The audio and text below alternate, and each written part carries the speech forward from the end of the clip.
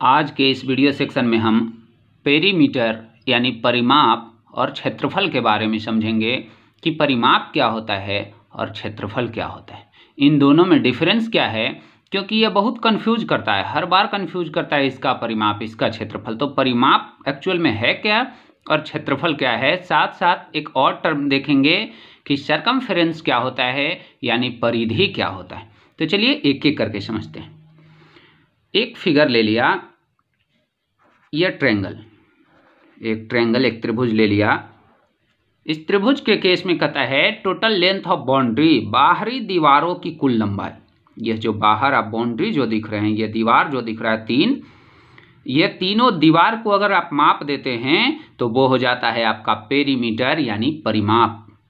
लेकिन क्षेत्रफल के लिए जो अंदर वाला पार्ट, जैसे ये जो ट्रायंगल है इसके अंदर ये सारा जो एरिया है, total reason bounded by A close figure.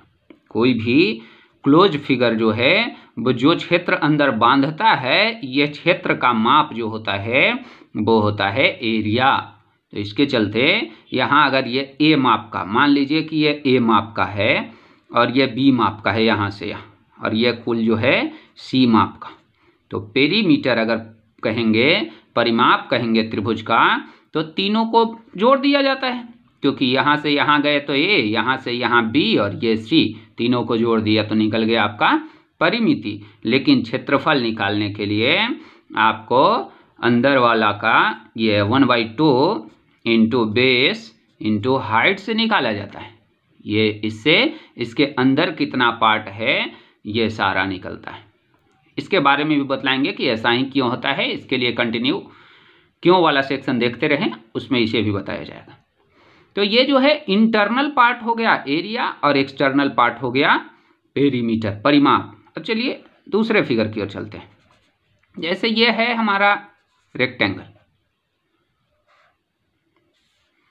Rectangle का पेरीमीटर कहने का मतलब बाहरी दीवारों की लंबाई, ये वाला साइड बाहर वाला। तो अब ये लेंथ है तो एल माप का ले लिया, सामने भी वही हो जाएगा, ये बी माप का तो ये भी बी माप का। तो यहाँ ये एल ये बी तो एल प्लस बी, यहाँ 2l प्लस बी, ये 2l plus 2b, 2l plus 2b, एक एल यहाँ एक एल यहाँ, एक बी यहाँ एक बी यहाँ, तो 2 इंटू एल प्लस बी, यही हो जाता है हमारा परिमाप। किसका? तो रेक्टेंगल का, आयत का परिमाप बराबर 2 गुना एल प्लस बी। लेकिन क्षेत्रफल के लिए चलना है, एरिया के लिए चलना है, तो इंटरनल पार्ट, ये वाला पार्ट को, ये इसके अंदर वाले पार्ट को हमें मेजर करना होगा।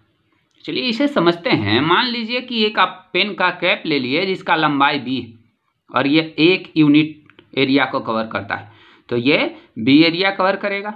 दूसरा पेन लाएंगे 2b, तीसरा 3b, चौथा 4b, इसी तरह से 5b कवर करेगा। ये टोटल कवर करने के लिए कुल हमें एल पेन सजाना होगा, क्योंकि एक पेन का जो मोटाई हम ले रहे हैं 1 यूनिट ले रहे हैं, तो ये एल पेन सजाना होगा। तो कुल एरिया इस केस में हो जाता है एल इंटू बी। यही अगर स्क्वायर होता, ये फिगर ये ना होकर के अगर स्क्वायर हो जाएगा, तो स्क्वायर के केस में चारों साइड का लेंथ सेम होता है। वर्ग के केस में चारों साइड का लेंथ सेम होता है, तो ये जो है इसका पेरीमीटर हो गया 4 इंटू ए परिमाप। लेकिन अगर एरिया की बात हो तो ए माप वाला कलम रखना होगा, और कितना कलम? तो ए कलम, यानी एरिया इसका हो जाएगा ए स्क्वायर। तो अब जो है हमें लगता है कि आप जो है पेरीमीटर, परिमाप और क्षेत्रफल में अंतर समझ गए होंगे। अब अगला टर्म की ओर चलते हैं, सरकमफेरेंस।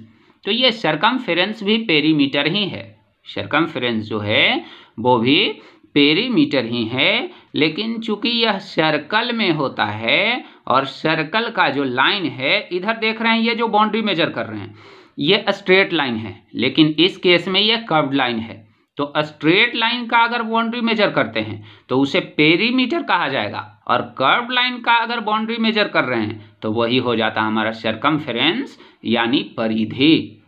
कर्व्ड लाइन, ये घुमा हुआ लाइन जो है, तो यही इसका सरकमफेरेंस 2πr यानी इसका कुल माप होता है। ये बाहर वाला इसका कुल माप होता है, ये 2πr के बराबर होता है। और यही अगर इंटरनल माप हम कर लेते हैं अंदर वाला सारा पाई आर स्क्वायर, तो यही हो जाता है इसका एरिया, क्षेत्रफल। तो यही था दोनों में डिफरेंस, परिमाप और क्षेत्रफल में। अगर और भी कोई कंफ्यूजन है तो कमेंट जरूर करेंगे। धन्यवाद।